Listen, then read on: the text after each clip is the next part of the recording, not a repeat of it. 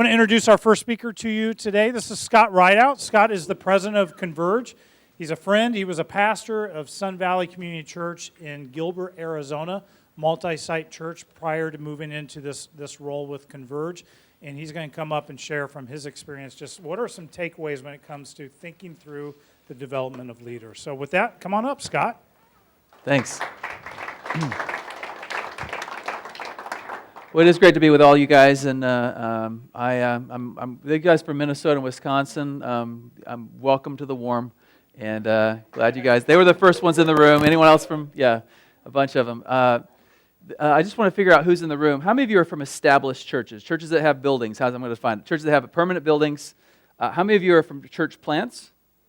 And how many of you have planted in the last 6 months? Okay. All right. Yeah. Thanks.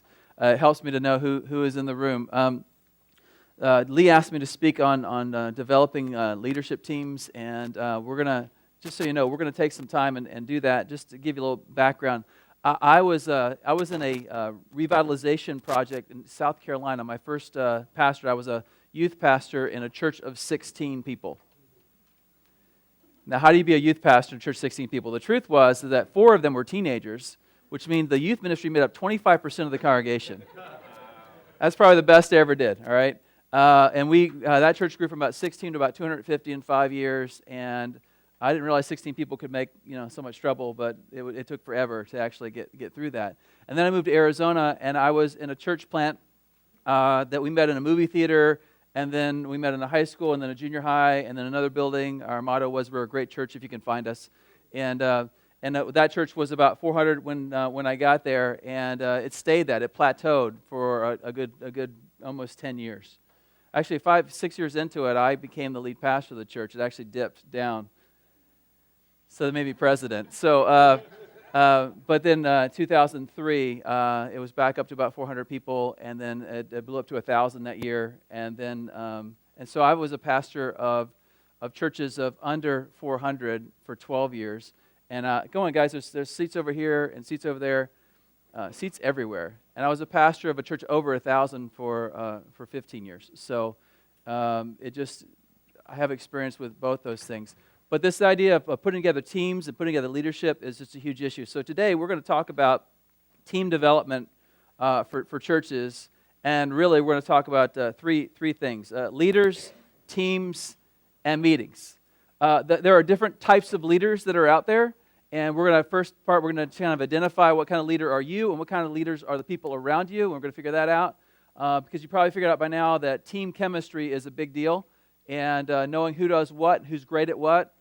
We had a motto at our church is this: know who you are and who you're not, and do what's best for the team.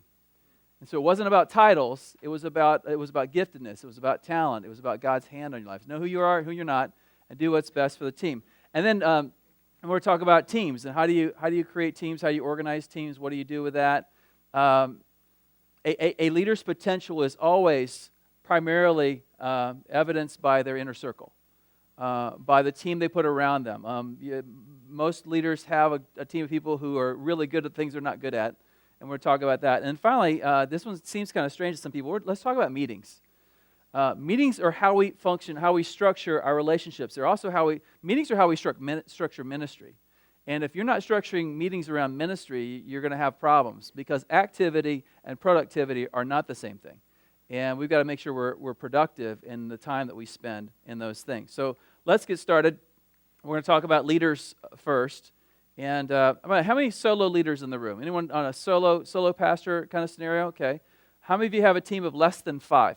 Less than 5, less than 10, more than 10. All right, so got a huge thing. I think we can do all this. Some of you have seen this before, and some of you haven't. This is on the right-hand side. I call it the leadership quadrants. I want to explain this. It's going to take me a little bit of time, and what I want you to do is I want you to figure out where you are on this chart. Okay, so you've got on the oh, it's not showing, is it? All right. Woo, boom. All right. Because that would be hard to explain, in your heads. All right. So on the right-hand side, here's what you see. You see that a typical leader has 4 things they focus on in any given week. Ideas, bottom right-hand corner. Ideas are those things we could do. Ideas are those possibilities, and let's think of what we could do this week. And then you've got goals. Goals are those things we should do. So out of all the ideas, we're choosing a few things that really matter in this season of ministry.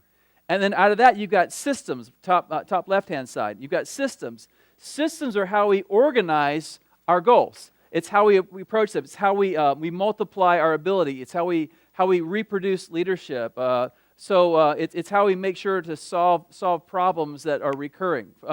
Your children's check-in. How many of you have children's check-in? How many of you ever had problems with your children's check-in? More than once. Okay? Because children's check-in happens every week, and so you have to create a system of check-in. You have to look at that system. You have to build that system. You have to make that system work. You have to improve that system. You have to throw that system out and put another system in. How many of you actually take offerings in your church? Okay, it's a system, all right? So how many of you actually try to train up leadership? System, all right? How many try to disciple? System, all right? That's what I'm talking about here. So not just the things behind the scenes, but the things that are essential. And then finally, you've got this last one called problems, bottom left-hand side. Problems are those things that occur in ministry. How many of you actually have problems in your church? If you have people, you have problems, all right? And even if people leave, you'll still have problems because you're still there. Okay, so, but we all have problems in our church. We're all trying to solve problems. And so a leader spends their entire week trying to figure out these four things. What new ideas do we have? What goals do we have? What systems do we need to create? What problems need to be solved? This is how we deal with a week. So you guys, everyone know what I'm talking about here. How many of you actually have these four things? Every single week you're trying to figure out these things. Very good. All right. Now what we figured out is that leaders are energized by a couple of these things. We're not talking about leaders' responsibility. We're talking about their energy. That leaders are energized by a couple. They're probably adequate at the third. It's neutral. But they're totally drained by one of them. How many of you know which one you're drained by? How many problems drain you? Anyone? How about ideas? Coming up with new ideas? Your church planters, probably not. All right. Typically that happens here. Anyone here, goal setting's a problem for them. I don't want to set goals. All right, a few of you. And then systems, creating systems, okay. All right, we're all very different. But we're talking about a leader's energy. So let's just talk about the right-hand side. You've got ideas and goals. And if you're drawing this out, I'd put a little like an oval around those two. And then this person, if you notice on the chart, this person lives their entire life in the future. They're all about things that could be and should be. They're all about ideas. They're all about what if. They love to talk about the future. They love to dream. And so we call these people visionaries. Visionaries live their entire life in Tomorrowland. It's all about what could be, what should be, what will be, what might be. They typically are very verbal in their leadership. In other words, they rarely write things down. They talk a lot. And they're very inspiring. They're very encouraged. They dream, and people want to follow them, and they're just able to talk about things about the future and just inspire people to move that direction. On the top, you've got this person he's got his foot in the future, but also in the present. This person is looking at the goals that's in the future, but they're also looking at the systems that are in the present. We're going to call this person an implementer because they're very action-oriented. They're going to distinguish that from the people on the bottom. They're very action-oriented. These are the people you go to when if you're a visionary. Any visionaries in the room? Anyone know they're a visionary? You're verbal. You're all about tomorrow. A visionary says, "And here's where we're going to head." And they turn back to the implementer and say, "We can do that, right?" I mean, and they say, "Yeah, I can think they're strategists. I can think of 6 ways to do that. Let's try this." So they're just very good at strategy. They're very good at figuring out, designing the path of ministry. You're starting to think of some people in your ministry maybe that you say, "Hey, I want to hit here, but I'm not sure how to get there." They say, "Oh, that's easy. Just boom, boom, boom, boom, boom." All right, that's an implementer. And then on the left-hand side, again, this is about energy. On the left-hand side, you believe it or not, you have some people that are energized by problems. They love problems. They love problem solving. They're very excited about that. And in fact, when they see a problem happen more than once, they say, "You know what, there's a way to do this where we don't have to repeat this problem over and over again. We can create a system to solve that problem." So if children check-in line are way too small, they're the ones who figure out how to do that. This person on the left-hand side is we're going to call them a managing leader. They're still a leader, but they're a managing leader. Managing leaders are all about excellence. They stay within their lane. They like to make things excellent. They like to maximize. Maybe that's the word you use. They like to maximize things. Rarely will they go outside of they're great stewards. Rarely will they go outside of their present responsibilities or resources. They'll stay inside their lane. Give you a difference between a visionary and a manager. You walk in this room, and a manager walks in this room and sees there's 120 people in the room, and they have 5 loaves of bread. And they're about to make lunch for you. And what they'll do is they will say, well, okay, well, there's 5 loaves of bread, there's 120 people, they'll do the math, and they'll slice so that every person can make a sandwich, all right? A visionary walks in the room and says, 5 loaves is not enough. Let someone go get some more bread. You know, they're always about expanding things, not just making things excellent, not just making things fair, not just making things that everyone's served fairly with. And the bottom two are problems and ideas. Notice that these people live in the present and in the future, but whereas the implementer is very goals-oriented, this person is just very ideas-oriented. These are creatives. They love to think about the future. They just don't do very much about it. They love to talk about the future, but they're very creative in what they do. If they're people, you would call them a counselor. If they are task people, you'd call them a consultant. All right, but they are creatives. They love ideas. They love to talk. They love to suggest. If you look at the left-hand side, you'll see some words that describe these different personalities. Visionaries, they love to motivate, whereas implementers love movement. Managers love metrics. They're going to measure things. And creatives, they love mind candy. They just love to talk about ideas, all right? Or you go, visionaries love to inspire. Implementers love to activate, move people into position and get them moving forward. Managers love to organize, whereas creatives love to propose. What if? Again, here's another one. Visionaries love exploration. They want to go to new territory they've never been to. Implementers want expansion. They want to figure out how they can reproduce the things that are already existing. Managers love excellence. They're going to take what they have, do the best they can with it, be good stewards of it. And then finally, creatives love to explain. So a lot of teaching pastors will be in the creative side of things. A lot of worship leaders. By the way, one of the ways to explain the difference between all these, let me give you one more thing, and I'm going to have you diagnose maybe where you're at. The best way to explain this is attention span. I mean, how long do you have to have before you need a new project? Before you need a new hill to climb, all right? So if you're a visionary in ministry, every 90 days it means another hill climb. That's why a lot of you do series.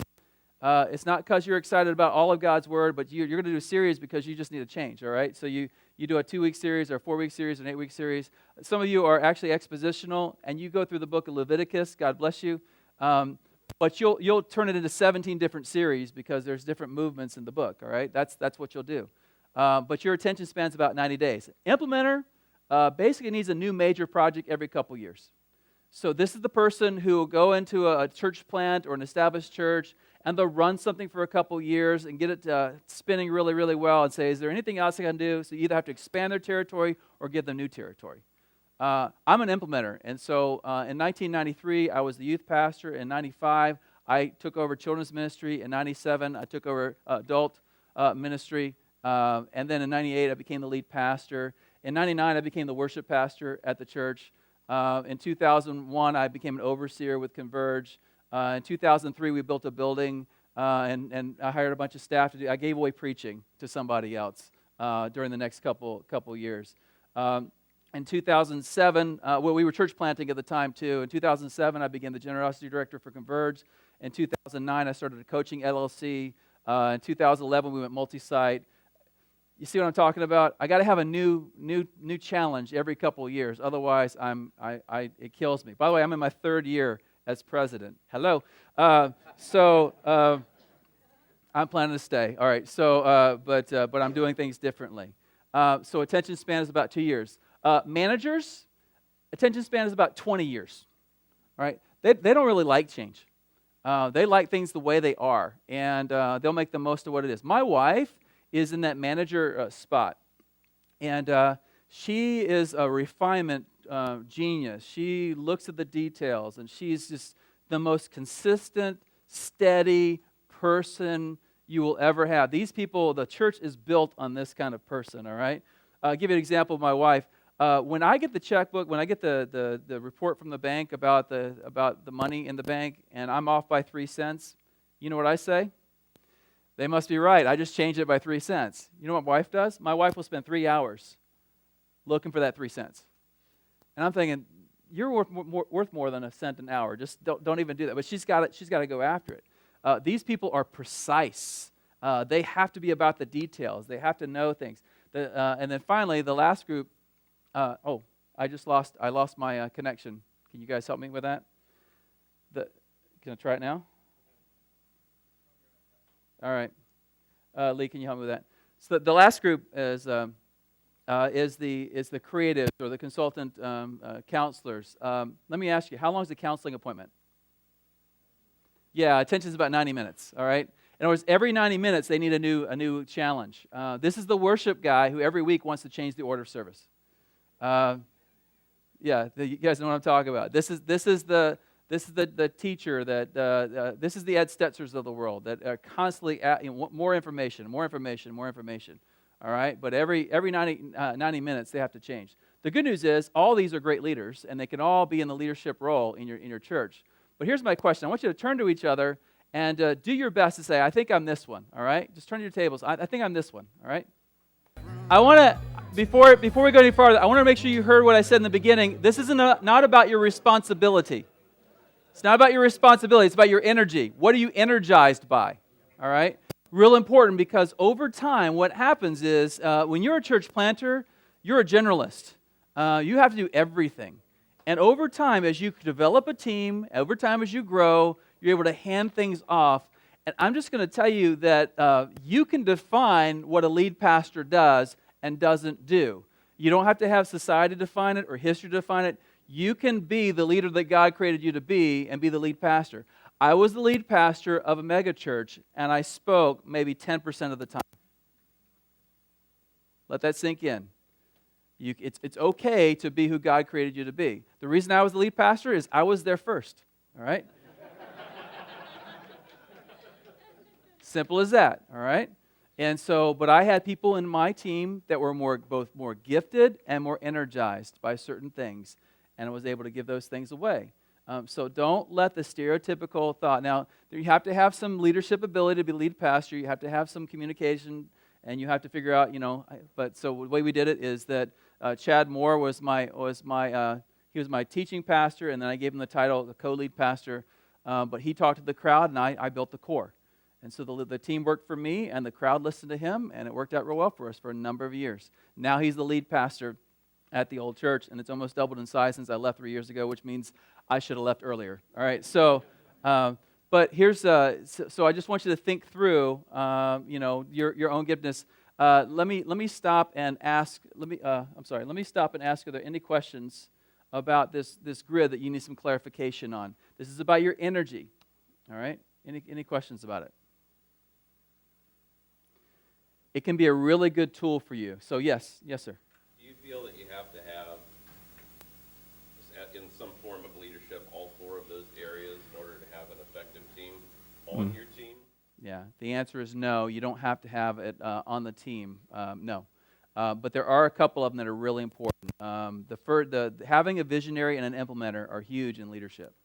So having someone who's inspiring, dreaming the dreams, having someone who's implementing the change and transition in leadership, those two are the arrow, especially in a church planting.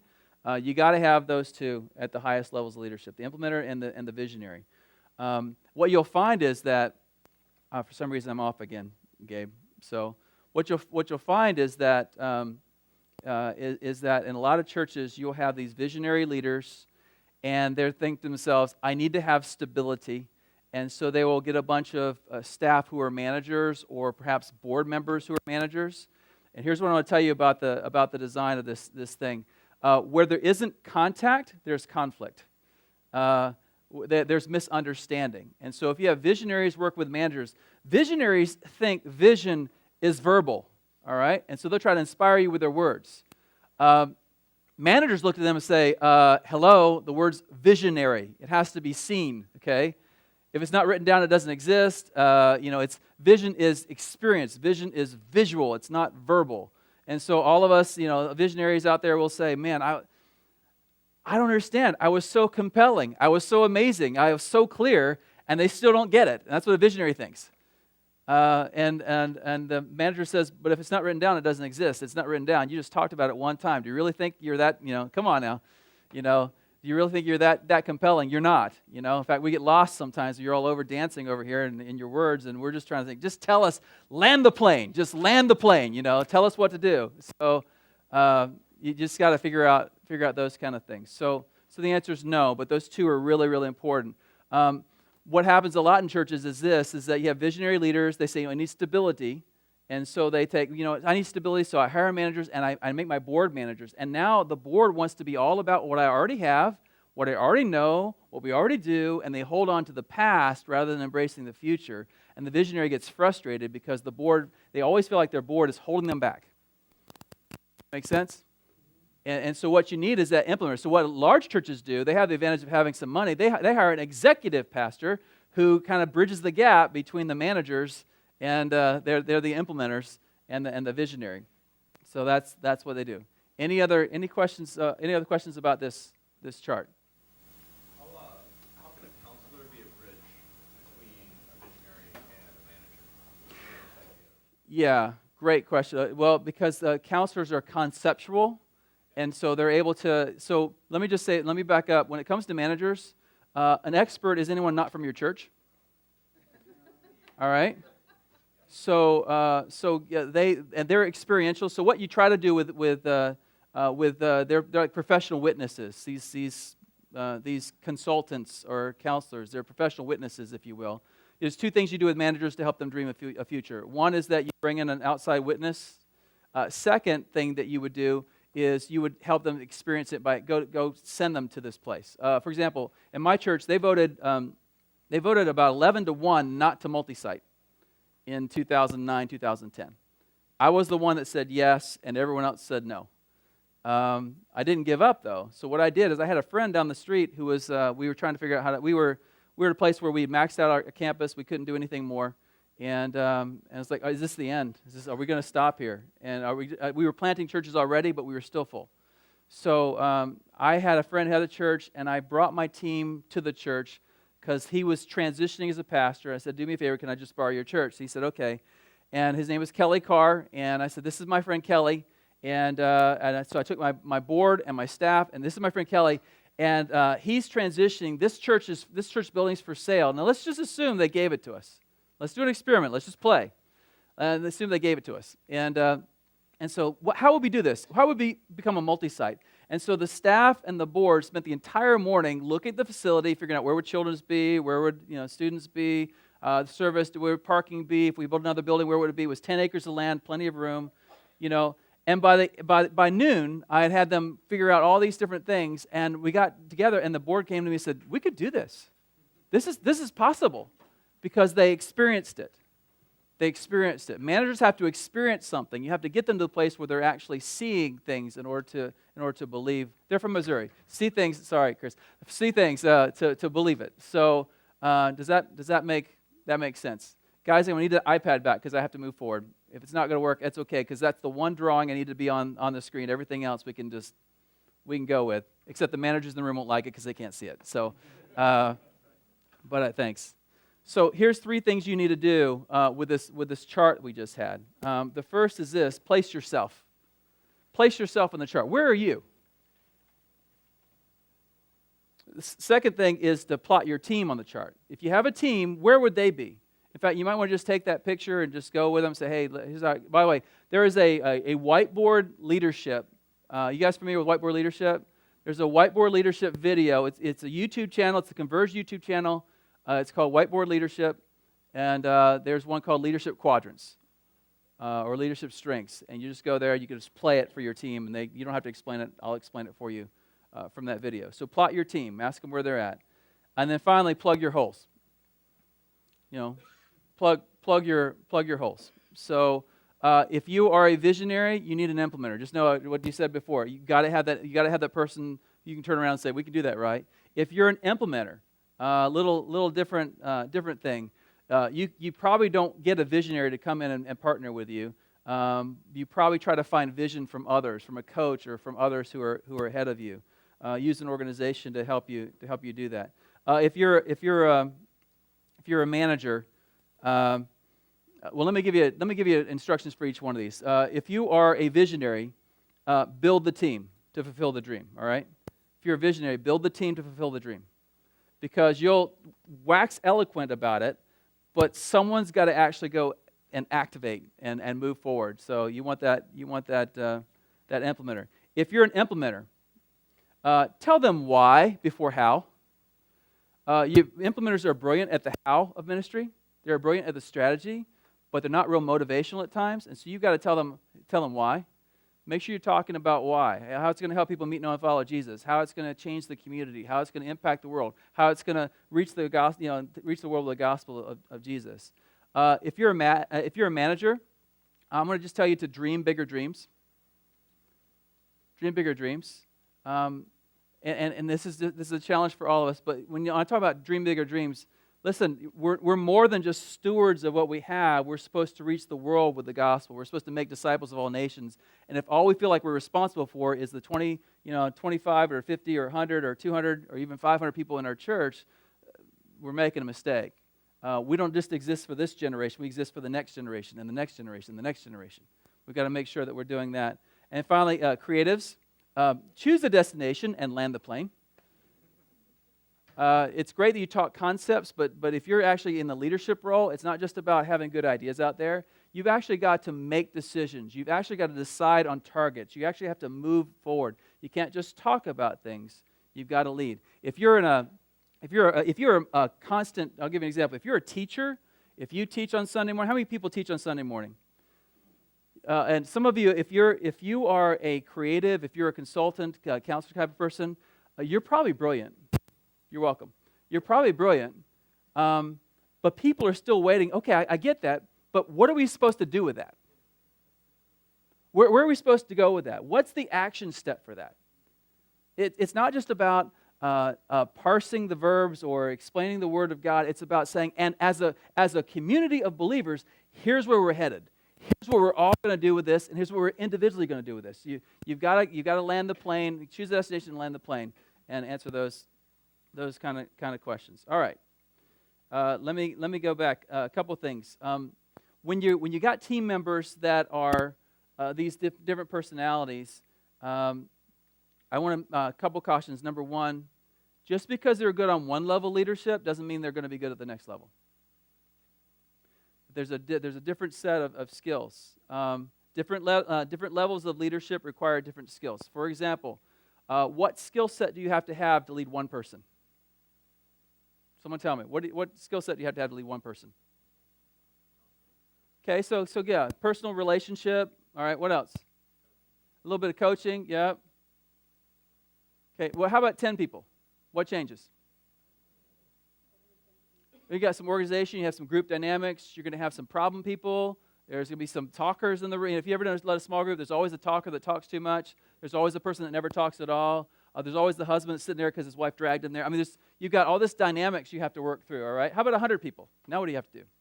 Skill set. You're no longer a leader of followers, you're now becoming a leader of leaders. So you've got to have 10 people who are overseeing the 10, and so you see how it's different at every level. Just because someone's a good discipler doesn't mean they're going to be a small group leader. Just because they're a good small group leader doesn't mean they can lead the ministry. Just because they can lead a ministry doesn't mean they can lead a segment of ministries, all right? Be real careful and make sure you get the right person to do the right things. All right, let me go on to the next one, and I'm going to talk about teams. So we're changing conversations, and we're going to talk about teams. So we talked about the individual, their skill set, their ability. Are they visionary, implementer? Are they manager? Are they creative? And I promise you that chart will be very insightful when you chart your team on it, and you realize that everybody's a visionary. And that's why you guys talk a good game, but nothing gets done, because everyone's on that. Or you're all managers, which is why everything is really excellent, but you're going to focus on the little. We got to fix this little thing over here. rather than dreaming a big dream. Just know the personalities affect that. Here's some thoughts about teams. Number one, filter for team fit. Filter for team fit. Competency is not the only thing you look at when you're building a team.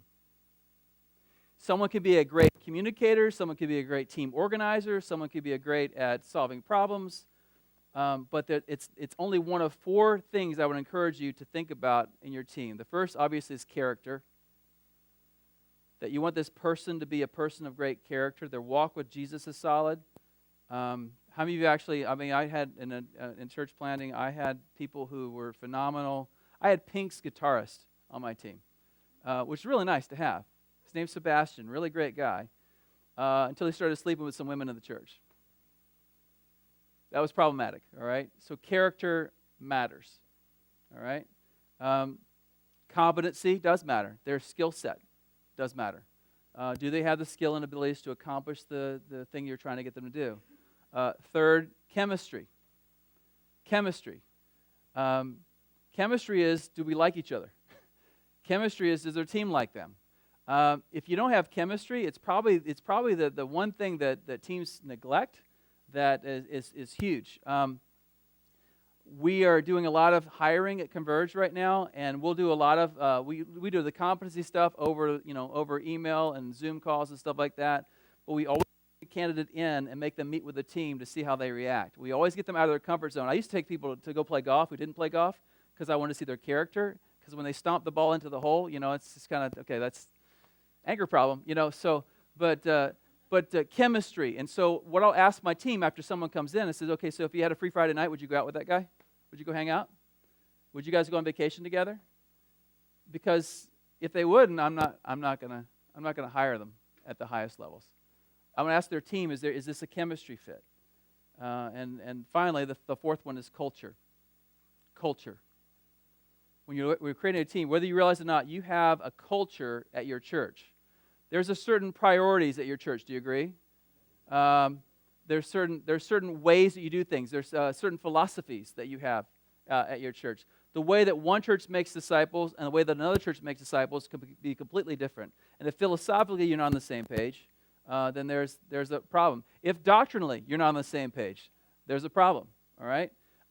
If the pace of ministry is not the same, you have a problem. What if you're a very fast-paced ministry and you get someone who's kind of a slow plotter kind of personality on the team? What's going to happen? They could be absolutely brilliant. They could have great character. You could really like them as a person, but when it comes down to actually making hard decisions and moving forward, they're slowing the entire team down. So style is also another issue. We found out that I lived in Arizona, and I was a leader there. We found out that people who were from Virginia and North Carolina did great at our church in Arizona. Do you know why? Guess where I grew up? I grew up in Virginia, North Carolina. They thought like me, acted like me. So Andy Stanley, who was in North Carolina for a while, he could join my church if he wanted to. So I don't think he will. But we also found that people from New England, apologize if you're here, but they didn't work really well there. They just didn't. People from California worked really well, but people from people from the Midwest didn't work very well. There was a culture difference between those things. Second thought is when you're developing your team, fill the weekend and maturity pathways first. Fill the weekend and maturity pathways first. So you're a church plant. You're a church plant, and you've got these great people you want to be on your team. You're planning to, maybe you could have the ability to pay them, but none of them does children's, and none of them does worship. Problem, right? Because the front end of a church plant is the weekend service. It's the open door. It's the first place you look at when you're trying to create a team. You want someone who does children's and worship and students, maybe depending on what your resources are. But you want to have that person that does those things first. The question is, in your ministry, even an established church, what happens if you still don't have a good worship team or a good children's person? You're still in trouble. There are 4 things on the front door of the church. 4 things that have to imagine a car with a hose. You're trying to wash the car, but you can't because the hose is kinked under the wheel. there are 4 wheels to the weekend service. 1 is parking, 2 is children's, 3 is adult space, and the 4th is decision-making processes. And if any one of those is kinked, then you're really not going to be able to do what you want to do on those. So fill the weekend first. The maturity pathway is what happens after the weekend. This is the now what question you have. So someone comes to your service. Now what? You preach the gospel, they give lives to Christ. Great. Now what? Now we're going to disciple them. How? See, this is part of the maturity pathway. How are you going to disciple them? Well, we're going to give them in small groups, okay? So do you have the small groups leader in place? No. Okay, so that's the next one. Well, what if they, okay, so now they're serving at now they're at the church and they're in a small group. Now what? Well, we want them to serve. All right, so do you have serving coordinators in place? Well, no, I don't. Okay, that's the next one to fill out. All right, so now they're coming to church, they've been baptized, they've been discipled, they're in small groups, they're serving. Now what? And you have to say, well, we really like them to be involved in evangelism or involved in community impact or involved in world missions or involved in whatever. Okay, great. It's called a maturity pathway. Make sense? So what's your maturity pathway? How do people grow at your church? And in what environments do they grow? And do you have leaders for those environments? Because wherever you stop having great leaders, you're going to stop their maturity. Does that make sense to everybody? If you don't fill the maturity pathway and the weekend services first, you're going to find yourself butting up against something. Churches that don't have someone who's thinking about serving and how to get people into serving, this is where they stop. Churches that don't have people thinking about how do we get them into meaningful discipleship relationships, that's where they stop. We're trying to create this environment where staffing-wise, we're going beyond just, okay, I'm going to preach a sermon on the weekend and I've got an assistant to take phone calls. We're asking, no, what does maturity look like, and what does effectiveness look like? How do you define the wins of ministry? All right? And one last thing. When it comes to team priorities, clarify power and priorities, not positions. Clarify power and priorities, not positions. This is one of the biggest mistakes churches make, is they give someone a title rather than giving them clarity on what the priorities are. Well, I have a children's person, or I have a worship person, or I have a groups person, or I have a student person, or I have a whatever, but you haven't actually told them what they're going to do. You just assume that they know exactly what to do. But I promise you, if you look at the churches in this room, everyone's doing it differently. Everyone's doing children's differently, everyone's doing students differently, everyone's doing groups differently, everyone's doing discipleship differently, everyone's doing the weekend service differently. We're not all doing it the same. And so you have to have clarity. And there are 3 words I want to give you to try to create clarity. Inform, advise, decide. Inform, advise, decide. Inform, advise, decide. Let me start with the third one. You've got to tell everyone what their deciding power is. For example, you're a growing church and you now have added some staff, but your board has had deciding power over some things you want to give the new staff person. Okay? If you don't communicate to the board about this opportunity, you don't communicate to the board, what's going to happen when the staff person tries to make those decisions and the board thinks they have the power to make those decisions? What happens? Does anyone know what I'm talking about? Okay, all right. What happens when you actually have in children's ministry where you have more than one children's person, but they both think they're over preschool? So what's the deciding power? Who has deciding power? Second level, who has advising power? Advising power means, no, we don't make the decision. We've delegated the decision, but we want to speak into it. We want to have a voice in it. We're going to trust them with the power to make the decision, but we'd like them to come to us for, maybe it's a new pastor or a new leader, for context of the past and overall goals. So your board, for example, has given away decision-making power, and now this staff person goes off and does whatever they want to, and the board gets totally frustrated because there's no communication between the staff person who feels fully empowered and the board who used to have the power. What happens there? Has anyone gone through this before? Okay. So what's the advice? So, hey, we want you to go to these people and just let them give their thoughts, advise it, okay? And then finally, the inform level. Inform level means they just need to know about it. So like with our board, as our church grew from 250 to about 5,000, our board's power changed. The board used to be, in the very beginning, the board would, they would make me bring to them 3 quotes. Like we wanted a new copy machine, and they wanted 3 quotes from different copy machine companies before they would approve it. And so, so I would bring, if I brought 2 quotes, they say, I'm sorry, we asked for 3. You know why? Because they were all managers, all right?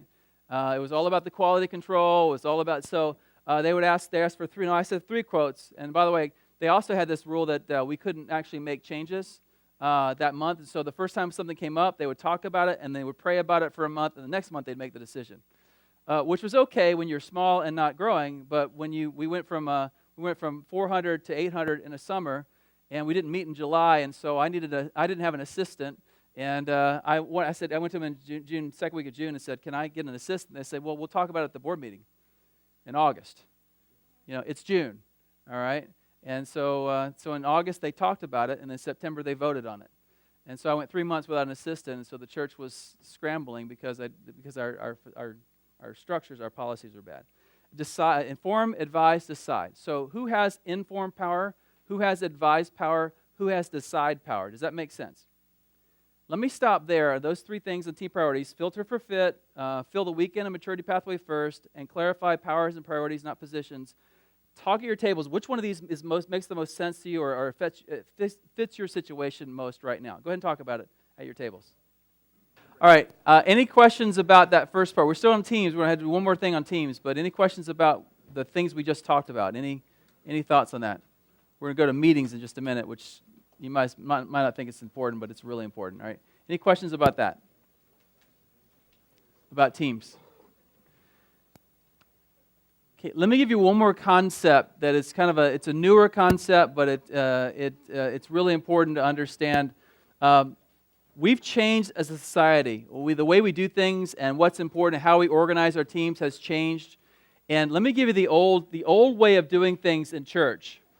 You have this small group of people. I'm going to call this hub and spoke leadership. You have this small group of people that are in the center of the organization, and they have all the power, and they make all the decisions. And what they try to do is they try to envision the future. They try to plan it, and then they try to control everyone to do it. Envision, plan, control. Envision, plan, control. A few people. The power of a hub and spoke leadership is the power is in the secrets. There's a small group of people that have all the knowledge and all the power, and they're the ones that decide everything. And the spokes are like the different ministries, and they keep them separated and make sure that one's not talking to the other, and making sure that all their power is in their control, all right? That's the old way of doing church. It doesn't work with the younger generation, all right? It doesn't work with our generation, just so you know. But it's called hub and spoke. The new model is called roundtable, all right? Roundtable leadership. And since I don't have screens, I'm going to try to explain roundtable leadership by using roundtables, all right? So I've got this leadership team right here. And what is your name? David here. David, and by the way, this leadership table is built around our maturity pathway. And so, what's your name? John. John is our lead pastor. John's our main communicator. So he's our come guy. People come to the weekend. They come to the weekend service, and he's our vision caster. You're awesome, by the way. You do an amazing job. So he's our come person. And what is your name, sir? Timothy is our grow person. Timothy is the small groups person. He's the discipleship person, and he makes sure that we have a person who's focusing on that. What is your name? Brandon is our serve person. Brandon is trying to make sure that people actually get into ministry. He doesn't want them just to learn the Word of God. He wants them to live the Word of God, and he wants them to use their gifts and abilities, 1 Peter 4:10, inside the context of the local church. All right? And then what's your name? Dave. Dave is our go person. He's our go person. In other words, it's not just about what happens in the 4 walls, it's what's happening in the community and around the region and around the world. He's in charge of making sure we're evangelistic and missions-minded. All right? So we've got Come, Grow, Serve, Go. And he's the lead pastor, has actually delegated these things off, but you're the leader. You're the leader of this team. This is called a round table. Now, you said Jonathan? John has his own round table. Brand over here is on the table. This whole table is the weekend table, and so Brand is the worship leader. on the team? You used to do worship, did you not? Yeah, there you go. It works really well. And what's your name? Tony is in charge of lights, camera, action, that kind of stuff. He's the behind-the-scenes technical director. What's your name? Jonathan is in charge of the musicians, and Dave is in charge of the singers. And so what they're trying to do is work together to try to figure that out. Now, this is a movement roundtable, and this is a management roundtable. A movement roundtable. Dave's job is to think through his come, grow, serve, go, his weekend groups, ministry teams, and community and world, and figure out how to transition people, how to help them move from the weekend to groups, from groups to serving, from serving to inside the church, outside the church. This is a movement table, and so his is all about focusing on the movement, on the expansion, on getting people to move from A to B to C to D. That's a roundtable. But John here has this table, and this is a management table.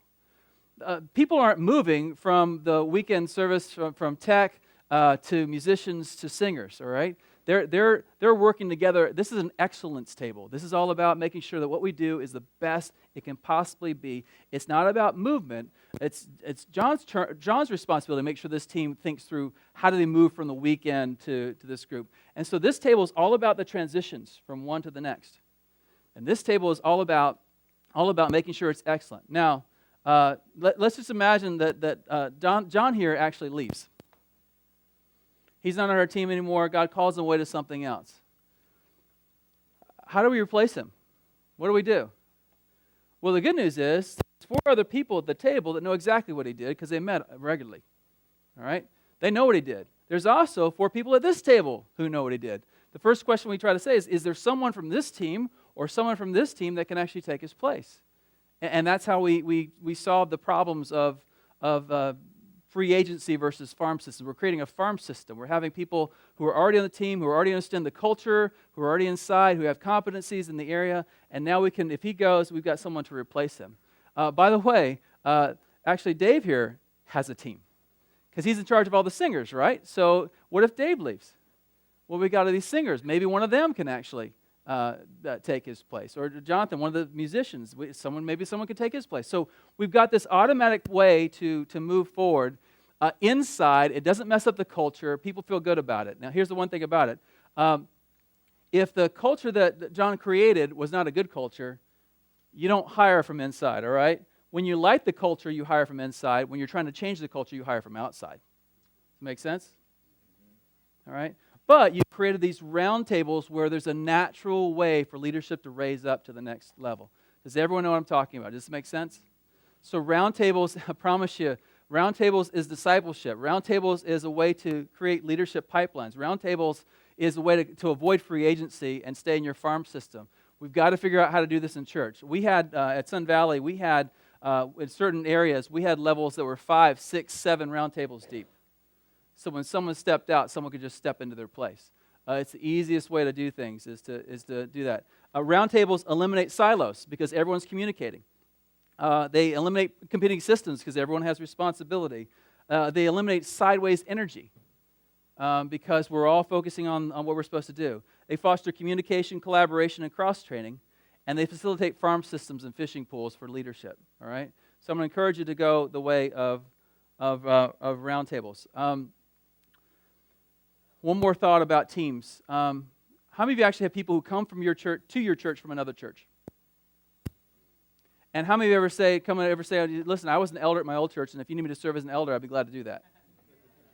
Or I was a Sunday school teacher, I was a small group leader, I was whatever at the old church, I'd love to do it for you. And you're like, oh, good, because I am just so glad. And you put them in place, and they just wreck the train because they're not your culture, all right? So here's the rule of when you create leadership. Leadership is a guarded gate. You don't let people into it. Here's what I'm going to tell you. Leadership is acknowledged, not appointed in the church. It's acknowledged, all right? Don't let someone just jump into leadership. Paul said, hey, be careful laying on hands. I mean, just don't just raise up leadership because someone says I have leadership experience. It's acknowledged in the life of the local body, not their experience over there may be great.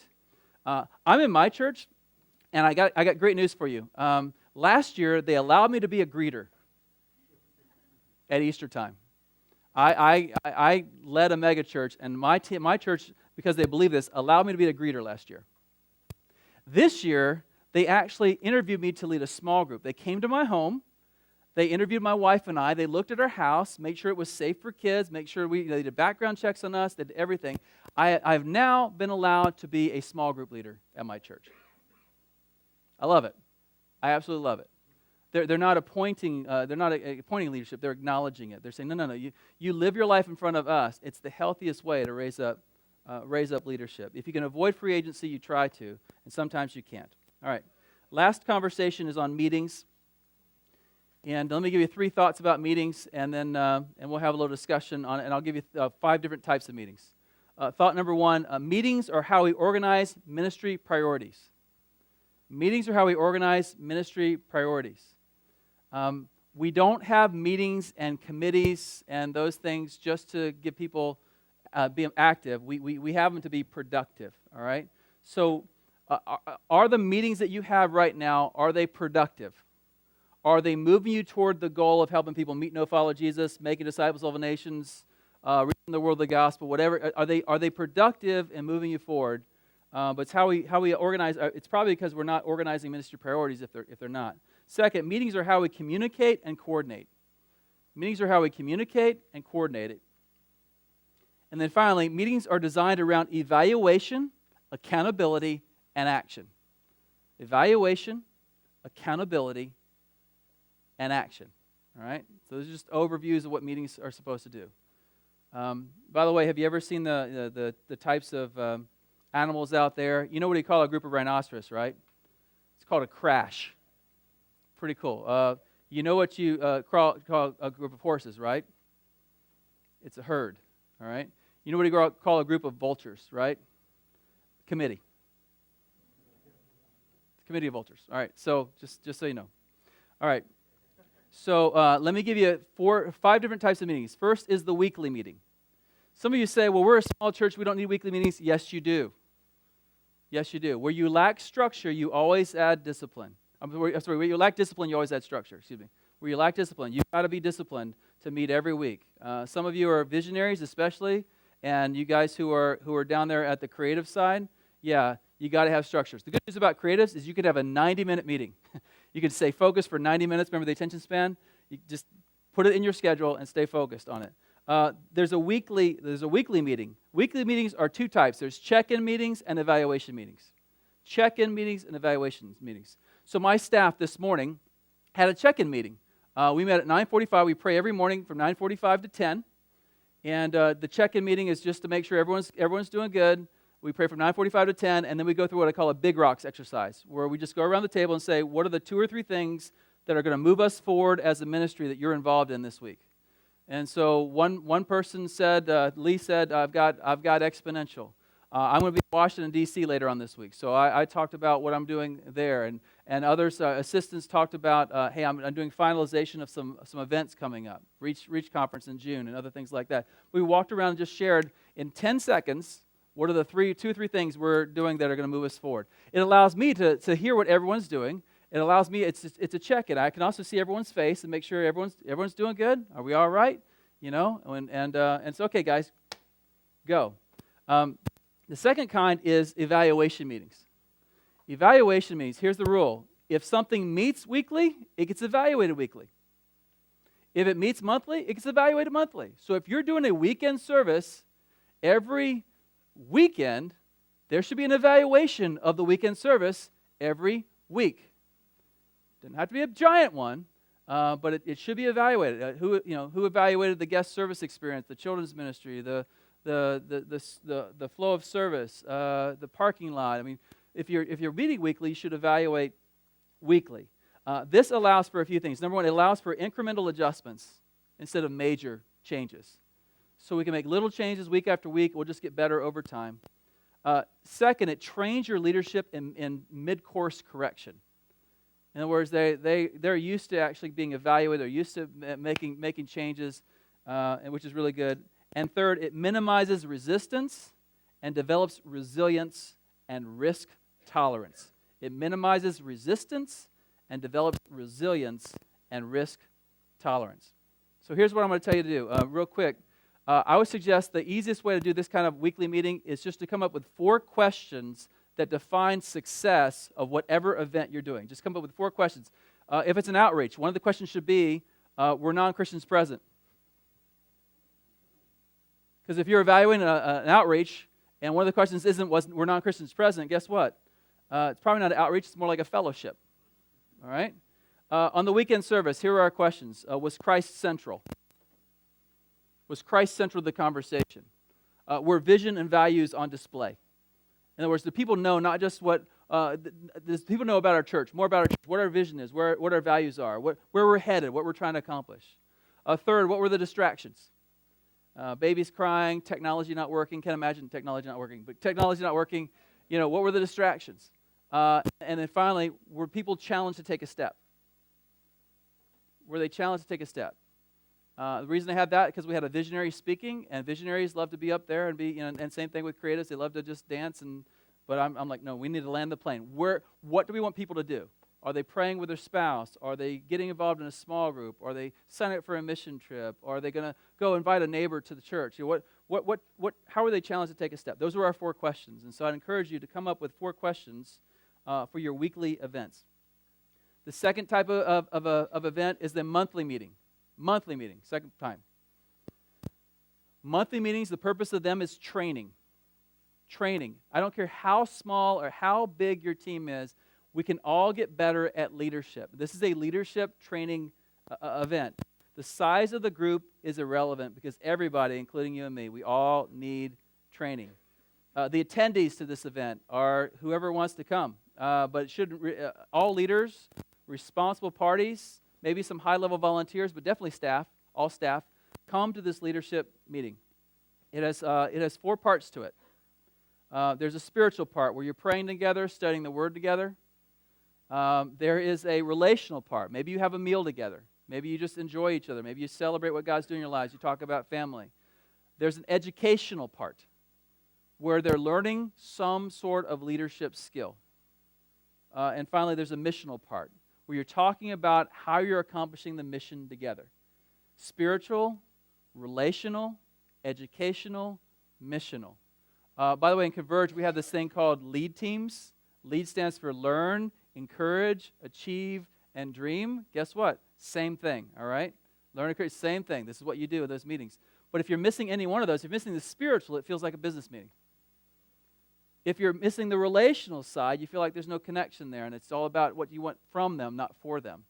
If you're missing the leadership, the training piece of it, then they don't feel like they're better as a result of the meeting, and it's just it's routine. And if this mission isn't on display, then where's the motivation? Where's the inspiration in the conversation? So, all right, next kind of meeting is the quarterly meeting. And I'm sorry I'm going through this very quickly, but I've got a little bit of time left. I want you guys to have some time in your groups, all right? Quarterly meeting. This is an evaluation of departments or the whole church. Evaluation of departments. Quarterly meeting of evaluations. A couple things to think about. One is use the rhythm of the year to your advantage. When you do a quarterly evaluation, it makes sense to do it right before you started the fall and right before you hit Christmas. That would be, you've got this span of ministry there. It makes sense to do that. You should do one right before Easter. You should do one at the end of the school year. But what's your rhythm? I say quarterly, but quarterly just means what's the rhythm of the year that you need to do. Use it to your advantage. Use 4 helpful lists. Let me give you the 4 lists. Have this conversation. What's working? What's not working or what's stuck? What's confusing? And what's missing? What's working? What's stuck? What's confusing? What's missing? Do that once a quarter with a team. And by the way, you can use that same list if you want to. That same list in the weekly evaluations. That's fine. But this really zeroes in on first one is all about what's working. This is what you celebrate. What's stuck is what you fix. What's confusing is what you clarify, and what's missing is what you add. Let me say that again. What's working is what you celebrate. You can leverage it as well. What's stuck is what you fix. What's confusing is what you clarify, and what's missing is what you add. And if you have your leadership team talking about these things, it gives everyone a voice. Again, in the roundtable concept, you probably aren't going to do too much because you've already been talking about this on a regular basis in your roundtable. So it's going to be minor corrections, incremental stuff rather than giant stuff. If you only talk about stuff once a year on a retreat and it comes down from on high for those guys with glowing faces who went off on the retreat and tell you, we're doing it all wrong, we're going to change everything. You don't want that. You want to have a quarterly evaluation of what you're doing. Also, touch on the intangibles. At this meeting quarterly, a touch on the intangibles. Here's what I mean. How's team chemistry? How's momentum? How's culture? How's morale? Talk about those quarterly, and you'll make adjustments on those things, and it'll be great. All right, and again, I apologize for going quickly. The last one is the yearly. Yearly is the last time constrained one. Yearly, this is for long-term planning. A yearly getaway for long-term planning. Participants are everyone who has a budget. Everyone has a budget. And the reason you're doing this is because you're going to talk about budget, goals, and calendar. Budget, goals, and calendar. So the location is always away from the routine. Somewhere you're not used to, somewhere different. And then here's the components. Pray, present, play, plan. Pray, present, play, plan. So here's what it looked like. You all get away to this place, and you get there, and you pray together, and everyone who has a budget is there. So the facilities person is there if they have a budget, or the children's person is there if they have a budget. The assistant is there because she has a budget or he has a budget. But everyone has a budget. And then everyone's going to present for 15 minutes what happened last year in their ministry, what they're hoping for this year, and how much they're planning to spend. So everyone knows the money. Everyone knows the plans. Everyone knows the goals. All right? 15 minutes of presentation and then 5 minutes of questions from everyone in the room. Okay, what about this? Have you thought about that? Why aren't you doing this? Why did you stop doing that? There's 5 minutes of that. We all clap for them. Way to go. Next person goes up. And you spend that. By the way, if you're a smaller church, you can spend more than that amount of time. But I think 15 minutes is actually, if you can't explain your vision in 15 minutes, you're in trouble anyway. All right? But then you do all that. You go out and you play. The next morning you come in and you've got 12 calendars on the wall. Everyone's got different color Post-its. And the student ministry posts all their in green, and the children's ministry all in yellow, and the adult ministry all in blue. And you just see where the conflicts are going to happen. Before you did that, you also put on all the holidays and all the special days in the life of the church, like the anniversary. And then you can coordinate calendar with them. All right? Does that make sense? So you're using that retreat so everyone hears what everyone else is doing. We actually had a time last year, a few years ago, where we actually had 6,000 unclaimed dollars in our church. And we have all these ministry teams that are trying to go after it. And actually one of them, her name's Sherry, she said, you know what, actually, I think Mike should get it. I think junior high should have all 6,000 because what they're trying to do this year is unbelievable. What do you guys think? And the entire team voted to give all $6,000 to junior high ministry because they all heard each other's vision, what they're trying to accomplish, and how they did. Okay, last one is this, brainstorming meetings.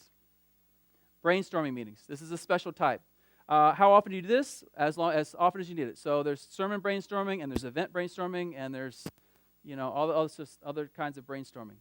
The participants in this one it's about the function of the meeting, not the positions on the team. You do not want non-creatives on this team. You want creatives, visionaries, and implementers. You don't want any managers in the room when you're trying to create stuff. All right? Because they're all about sucking the energy out of the room. You want to just get the creatives, they're all about what's wrong, all right? You want talent, not titles. You want creatives, visionaries, implementers that are bought in, positive, and humble. Because visionaries think their way is always the right way, and they'll try to wax eloquent and lawyer up to try to make you go that way. But if they're humble enough, they realize it's not the right way, and they'll submit to the team, all right? So you want them bought in, positive, and humble. And then there's two types of brainstorming meetings. There's a content meeting and there's a presentation meeting. Content meetings are, maybe it's a teaching meeting. You've got all your good teachers in the room, and they're all talking about the content for the next year. Or it's the presentation. It's the weekend team talking about, what's it going to look like on the weekend? Does that make sense? All right, guys, I've taken up my time, and I just want to thank you for the opportunity, and God bless you guys. Thanks.